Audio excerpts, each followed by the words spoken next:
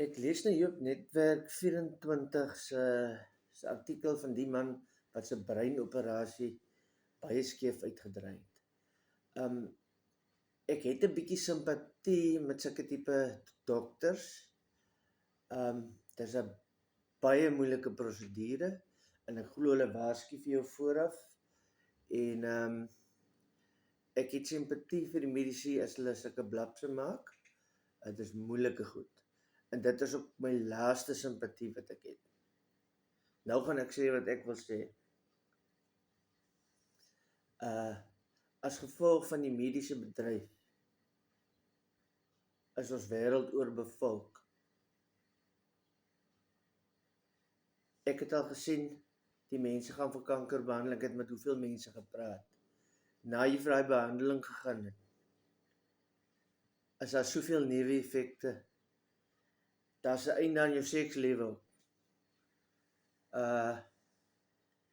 Soveel neeweffekte en dan tog moet jy elke 6 maande weer vir toetsing gaan en jy moet vir toetsing gaan elke 6 maande of so om te kyk of jy skoon is en dan daai ge-worry oor die uitslae. Dit kom met die kanker mense wat kanker het so monde self uit. Hulle sê die ge-worry oor die volgende uitslag. Dit is die ergste van alles van die hele storie. Nou ek vir dit vir myself so. Ek wil een keer ly en doodgaan. Ek wil nie ly en swaar kry, en dan ly ek weer, dan gaan ek 4 jaar later, die laaste 4 jaar was my lewenskwaliteit in elk geval so swak. Ek kon nie regtig veel geniet het nie. Hulle moet maar net vir my sê, meneer, ons kan niks meer vir jou doen nie. Jy moet net 'n maand oor om te leef. Daai tipe van ding. Ek wil nie gaan worry oor 'n klompe toetse of dit of ek meen op hierdie ouderdom wat ek nou is, iewers te gaan hulle met 'n bloedtoets fout kry. Hulle gesê jou nier is net op 90% funksie.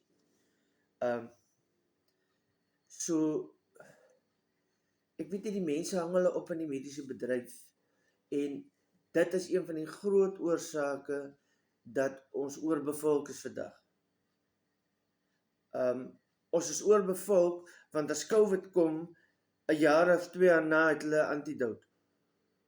Toe pokke gekom het, toe polio gekom het, toe wat ook al siektes, die groot griep, swart griep, wat ook al, toe daai goed gekom het, dis die lankie aan hulle inenting vir dit. Nou ek is nou groot bek om te sê, ek het ook die COVID inenting gevat, maar ek is nog groot bek om te sê, ek gaan nie die inenting vat as daar ernstig ding kom. Maar, hoe keer 'n mens die ding nou om? Wat maak ek myself? Ek leef maar net, ek wil een keer siek raak en doodgaan. En intussen, al wat ek moet doen is, ek is maar lief vir my tamatiesous. Ek gooi dit oor al my kos, en ek hoop dit hou my gesond. Ek gooi tamatiesous oor my sojasous, al my kos. Ek gooi tamatiesous op my pizza. Heerlik. Smaklik.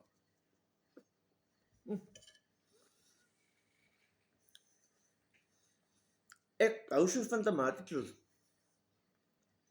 Ek hou so van tamatiesous. Ek eet dit self saam met my tamatie.